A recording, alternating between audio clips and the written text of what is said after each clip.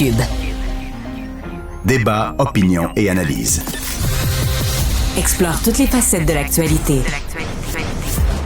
C'est l'été, on parle de toutes sortes de choses et vous avez remarqué, moins d'immigration, ça a été pourtant le thème, disons, le plus exploité, pour employer l'expression, l'année passée. Cette année, on parlait d'immigration, on parlait d'immigration temporaire, on parlait de réfugiés, on parlait de François Legault qui s'en allait à Ottawa pour essayer de gagner des pouvoirs ou alors d'obtenir quelques faveurs de la part du gouvernement fédéral. Et là, au terme de la dernière rencontre qui a eu lieu avec Justin Trudeau, la demande de François Legault, elle a été formulée.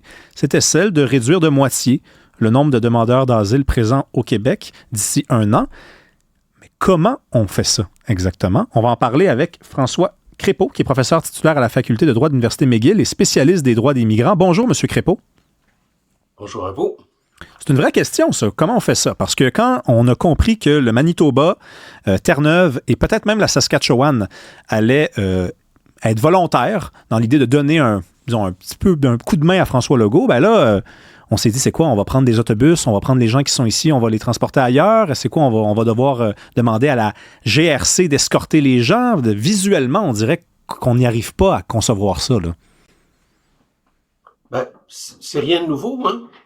Comment pensez-vous que le nord du Québec a été peuplé? Comment les plaines de l'Ouest ont été peuplées? C'était des immigrants canadiens-français, des immigrants européens, etc. Et qu'est-ce qu'on a fait? On leur a offert des terres.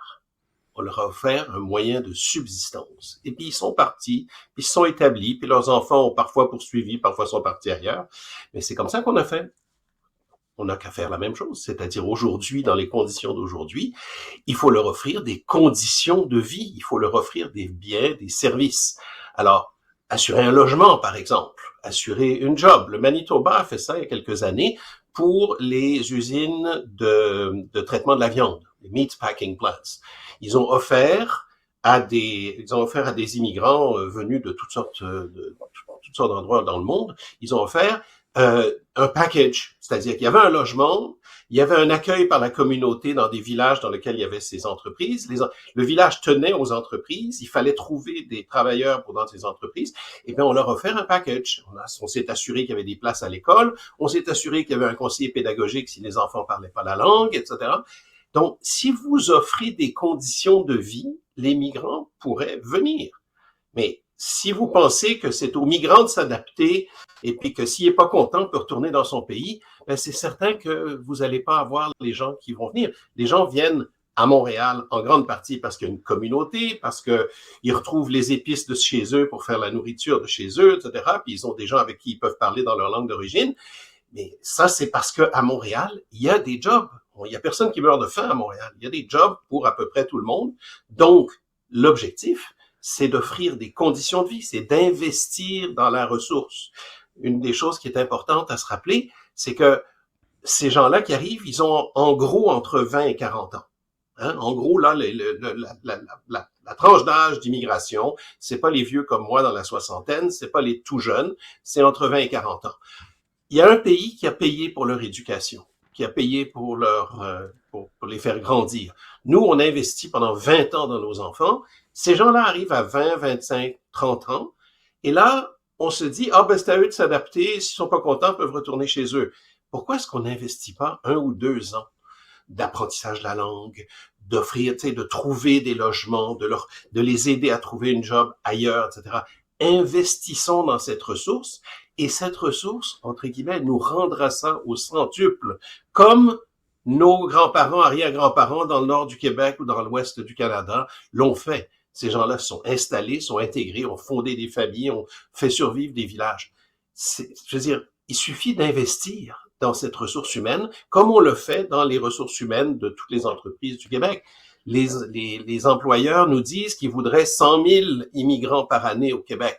M. Legault n'a pas l'air de vouloir ça, mais les employeurs le disent. Alors, investissons dans cette ressource, elle nous le rendra au centuple, et pas seulement en taxes. Il y aura des taxes, oui, mais aussi en créant des communautés, en fabriquant un lien social. Oui, là, je vous suis. Par contre, quand le Canada est né et qu'on a effectivement voulu peupler les provinces de l'Ouest, parce que, bon, le Canada-Est et le Canada-Ouest, là, qui constituaient à peu près le Québec et l'Ontario, c'était des régions qui étaient déjà bien développées. Eh bien, on avait besoin de ces gens-là. Aujourd'hui, Oui. il y a un débat là, autour de si on a besoin ou non de ces gens-là. Quand on parle de réfugiés, c'est des gens dont on ne peut pas vraiment anticiper la venue. Je parle sur le plan quantitatif. Là. Il y en aura combien l'année prochaine? Il y en aura combien dans 2 ans? Vous dites, il faut créer des services, il faut leur offrir des services, mais combien si on ne sait pas combien de gens arrivent? Ça fait partie de ce que le gouvernement doit décider. Et c'est vrai que c'est complexe, comme bien d'autres choses. La dénatalité au Québec, c'est complexe. Qu'est-ce que ça donne en termes de créativité, en termes d'innovation, etc., quand on a des gens qui sont de plus en plus vieux dans les entreprises. Donc, ce sont des décisions gouvernementales complexes. Mais ça se gère rural, par exemple. Nos villes représentaient 10-20% de la population il y a une centaine d'années ou 80 ans. Aujourd'hui, les villes au Québec représentent 90% de la population. Elles ont accueilli les immigrants de la campagne et ça n'a pas posé un énorme problème. Oui, c'est de la gestion. Il faut prévoir.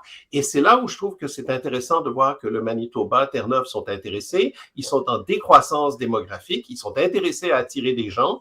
Et donc, eux vont offrir des services. Le Manitoba l'a déjà fait historiquement, mais eux vont offrir des services pour accueillir ces gens-là. Si on peut s'entendre sur cette modalité, sur le fait qu'on va aider à transporter, puis là, vous parliez d'autobus tantôt, un autobus pour Terre-Neuve ou un avion pour Terre-Neuve, ces choses-là se font, ça se gère, ça s'organise. À partir du moment où les gens ont envie d'y aller, et les gens auront envie d'y aller si on leur offre, si on leur garantit qu'il y aura une job, qu'il y aura des possibilités de logement, que les enfants pourront aller à l'école, etc.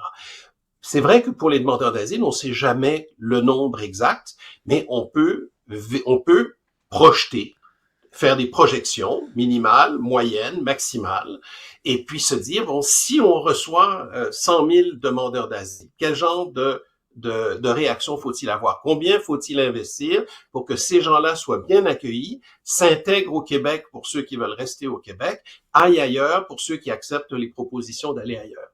C'est ça la gouvernementalité, c'est ce que font les fonctionnaires tous les jours, c'est de faire des projections et de se dire, bon, s'il arrive ceci, on ne peut pas projeter, il y a des tas de choses qu'on ne peut pas deviner qui vont se produire demain, mais nos services, les administrateurs de nos gouvernements sont là pour dire, bon, ben voilà les différents scénarios qu'on peut envisager, scénario 1, scénario 2, scénario 3.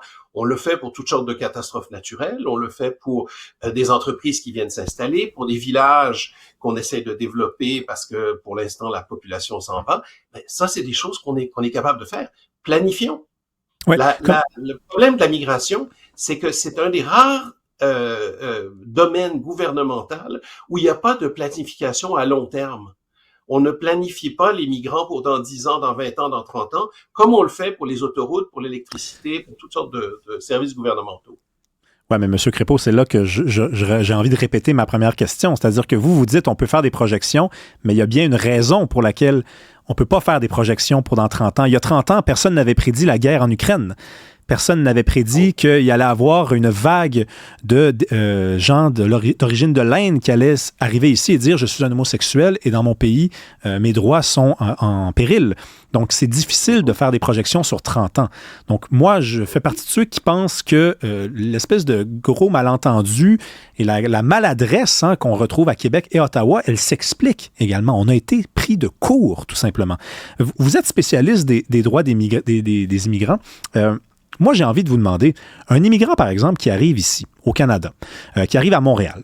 Là, on a François Legault à Québec qui dit qu'il faudrait distribuer de façon plus égale là, sur l'ensemble du territoire.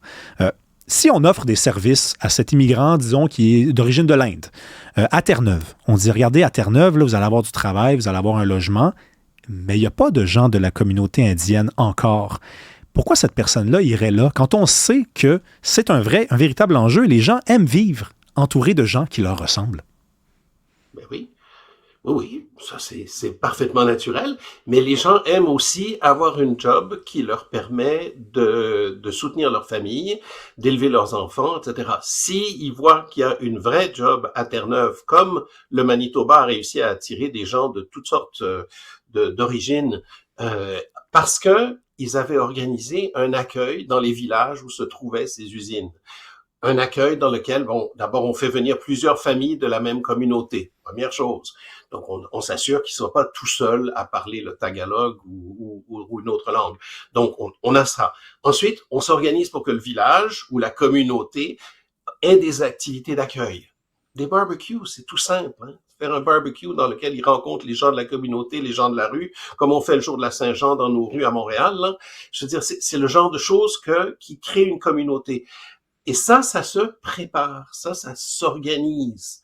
Si on pense que l'immigrant, il doit se débrouiller tout seul, comme mes parents se sont débrouillés tout seuls, ben, c'est vrai qu'on n'y arrivera pas, surtout pour les envoyer dans des régions où il n'y a pas de communauté. Mais si vous leur proposez des biens et des services sans leur garantir la lune, là, on parle pas qu'ils n'auront pas une villa avec vue sur la mer, là, mais vous leur proposez un logement, vous garantissez qu'il y aura un logement, puis ce sera peut-être pas le logement de leur rêve, mais ça leur permettra de s'installer, puis de voir s'il y aura d'autres logements qui leur reviennent.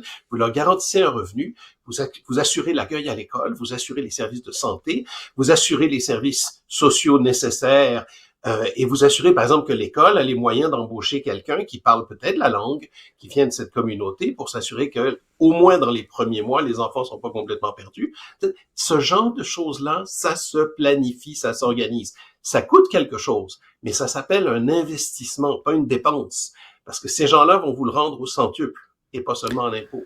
Non, mais vous faites bien de proposer d'y penser. C'est certain qu'on ne peut pas se passer, on ne peut pas faire l'économie d'une réflexion, mais je remarque la situation au Québec.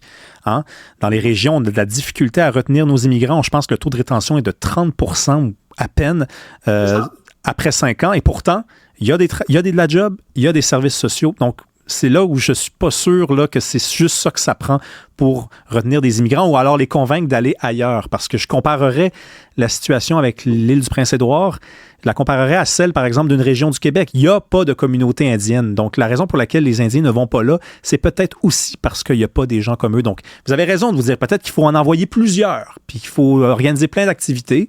C'est ambitieux, mais au moins, bon, l'option est sur la table.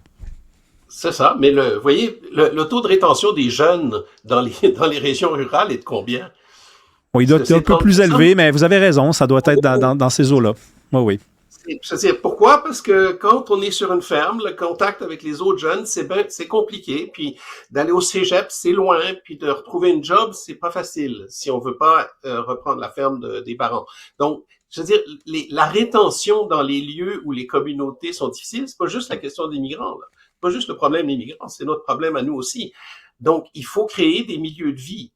Un élément important au Québec pour la région rurale, c'est notre zonage agricole qui a prévu qu'on voulait des fermes de taille familiale et qu'on garantissait un revenu aux familles de fermiers.